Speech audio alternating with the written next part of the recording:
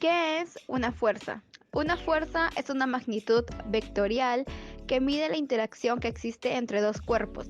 Su unidad internacional es el newton.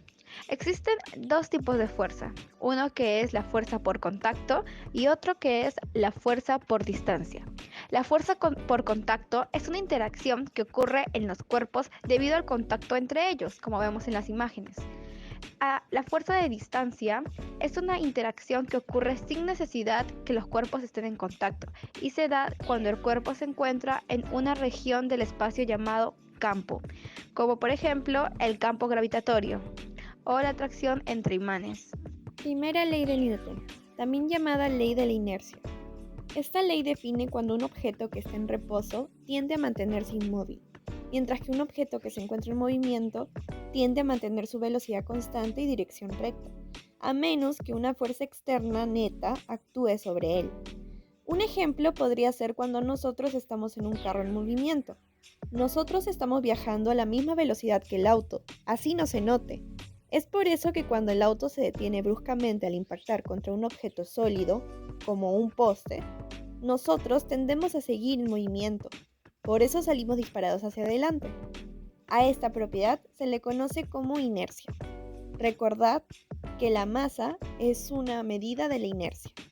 La segunda ley de Newton establece que si la fuerza resultante que se aplica a un cuerpo libre no es nula, éste experimentará una aceleración. Este principio relaciona matemáticamente las fuerzas con el efecto que producen, de tal manera que resulta fundamental para resolver cualquier problema de dinámica. Si se aplica la misma fuerza a cuerpos con distinta masa, se consiguen aceleraciones diferentes, y de este principio se concluye que la aceleración de un objeto es directamente proporcional a la suma de todas las fuerzas que actúan sobre él e inversamente proporcional a la masa del objeto. La fuerza resultante que se aplica en un cuerpo y la consecuente aceleración que aparece en él tienen la misma dirección y sentido. De acuerdo a la segunda ley de Newton, se diferencian en una constante de proporcionalidad que sería la masa del cuerpo. La tercera ley de Newton o principio de acción y reacción establece que cuando dos cuerpos interaccionan aparecen fuerzas iguales y de sentidos opuestos en cada uno de ellos.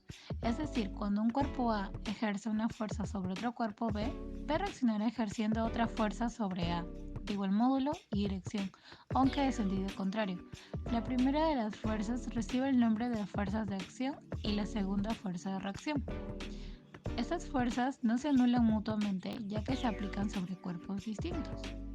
Al principio asume que las fuerzas ocurren de manera simultánea y que se propaga de manera instantánea.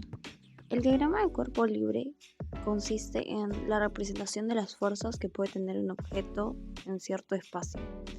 Los tipos de fuerzas son peso, normal, tensión, fuerza de rozamiento, fuerza elástica, gravitacional y fuerzas de acción y reacción. Las más importantes o las más comunes son el peso, que es el producto de la masa por la gravedad, la cual es perpendicular a la Tierra, y la normal, la cual es una fuerza perpendicular a la superficie en la que se establece el objeto, y la fricción, que es la fuerza que aparece cuando se da a un movimiento o el cuerpo se opone a un movimiento.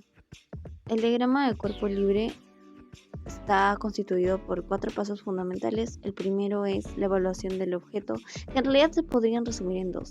Simplemente se evalúa el objeto y se analiza qué tipos de fuerzas este posee.